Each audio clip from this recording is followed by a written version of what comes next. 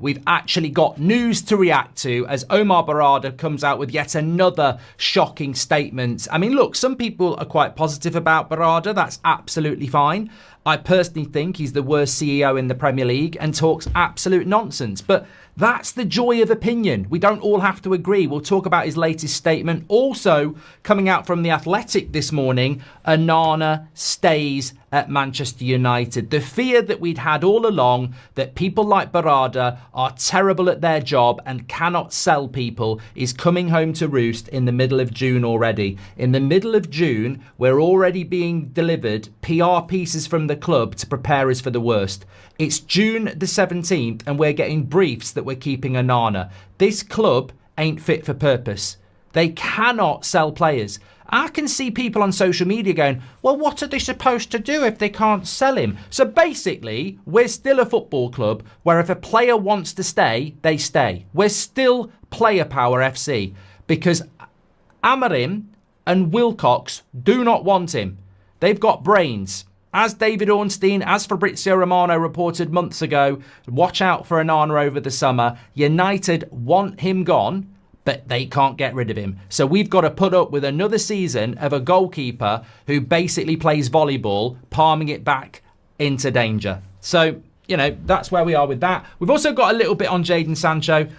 Nonsense story. Absolute nonsense story. We'll talk about it, but yeah, the source ain't great and it's a load of nonsense. Hello everybody, today's clip is supported by Sleeper. Before we dive in, let me tell you a bit more about Sleeper. This app is making serious waves. It was the #1 downloaded sports app in the US during the NFL season, even beating heavyweights such as ESPN and Yahoo. Sleeper isn't just popular, it's because they truly deliver the best fantasy experience. You get deeper customization, more league options, and all the bells and whistles that make managing your fantasy team a blast. But that's not all. Sleeper is growing a fantastic community with several million people using it daily for their sports fix. Sleeper has a broad appeal and is genuinely built for everyone. So, if you're looking to up your fantasy game, make sure to check out Sleeper by clicking the link in the video description. Trust me, you won't regret it. We have got a little bit about Ekitike to talk about and some other stuff as well. But I agree with you, Vicky. This is Ten Hag legacy. We're meant to have a new manager and we're still operating under a previous manager's signings, trying to polish them. I mean, as many of you are talking about, some people are saying, what about Rasmus as well? He's staying.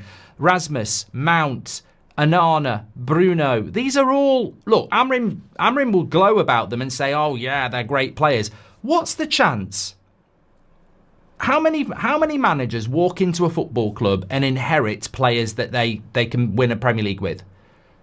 And yet at United, it's every manager's project. You must work with the other manager's failures and you must glow them up.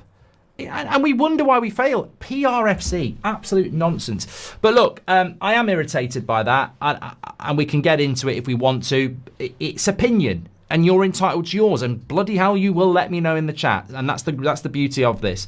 Let's start off with Omar Barada's comment though, because in some ways you could get excited.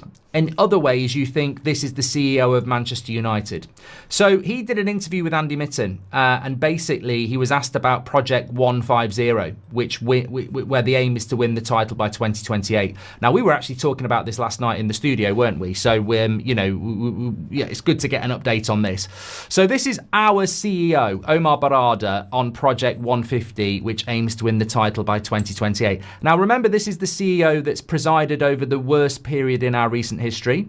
This is the CEO that sacked half the workforce. This is the CEO that can't sell players. This is the CEO that has the club in debt. This is the CEO that brought in a director of football and sacked them. This is the CEO that lost Manchester, put Man United into 15th place. This is the CEO that signed off £300 million of money for Ten Hag and then sacked him 2 months later. This is the CEO that is apparently in charge of taking Manchester United back to the top. And they're just facts. I'm not going to give opinion on that. This is our CEO.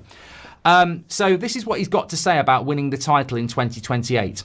We've just finished 15th, and it does seem impossible. But why not aim for it?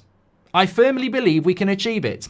We have 2 or 3 summer transfer windows to build a team that is starting to be competitive to win the Premier League. You know what? I'm tired of this. I actually just want realism. I'm not actually against Omar Barada as CEO, and I'm not actually against Sir Jim Ratcliffe as partial owner, because there is no alternative. They're not going to sack him. Sir Jim Ratcliffe's not going to leave. So the situation is the situation. But what I really, really want is just some bloody realism. Honesty, realism, and that will build perspective, trust, and context. I am tired of CEOs talking out of their arse. You may as well replace Omar Barada with Richard Arnold, or Richard Arnold with Ed Woodward. They are all the same. In 3 years' time, why can't we win the league? In 3 years' time, why can't we be optimistic? In 3 years' time, the aim is to win the Premier League. We've heard this for 12 years. In 3 years' time, you know as well. You know what? Is David Jason got a job anymore? You know, remember Only Fools and Horses, Del Boy? You know, he's probably quite old now, but could he be the CEO? At least he's got a bit of banter. Because all I'm hearing is, this time next year we'll be Rodney, you plonker. This time next year we will be millionaires. And then insert the theme tune at the end. And because I think a lot of you will agree with me on this. And I know we don't always agree, but I think a lot of you will agree with me on this. After the Europa League final, I thought depression, despair. And I woke up and went, honesty, reality, weight lifted, rock bottom. Yeah, there's a blame game. Yeah, there's a post-mortem, but we are at rock bottom. There are no excuses. We don't deserve any excuses. We can't talk about injuries. We can't talk about debt. We can't talk about anything. We have hit rock bottom. And what I want to see is acceptance of that from the club, some strong leadership, you know, clearing out the decks, rebuild model, let's go. What I don't want to hear is we've got 2 or 3 transfer windows. Why can't we win the league in 3 years? Because we're shit, mate. We're absolutely shit. If I was sat opposite Barada and he said, why can't we win the league in the next 3 years? I'd say, honestly, Omar, in all due respect, we've heard this for 12 years. We're tired of this. We would rather hear that year is the worst in our history, in our recent history in relation to the Premier League. We're in huge debt. You've sacked half the workforce. The team's just finished 15th. You've just lost to Spurs. You can't sell players. You got rid of your director of football. You got rid of your manager. Your new manager's on thin ice. I would not be saying to the fans we can win the title in the next 3 years, because we've heard this from Woodward. We've heard it from Arnold. You've just actually presided over a festering, steaming shit of a season, and you're talking about winning a Premier League. This is not what we want. You're right at the bottom of the mountain and you're already putting the flag on the top. How are you going to start climbing the mountain? I don't know who you think you're talking to, but you're not talking like you understand this fan base. You're taking them for idiots. You're talking about the biggest prize when we're at the lowest point. What I would rather hear from Barada is Project 28 was about a plan to win the title in 28. Where we are at the moment, we've got to accept that the first year has gone really, really bad. And we're off where we thought we could be. We've got to reflect. We've got to look at ourselves. We've got to look at the realities. We've got to try and build a stadium.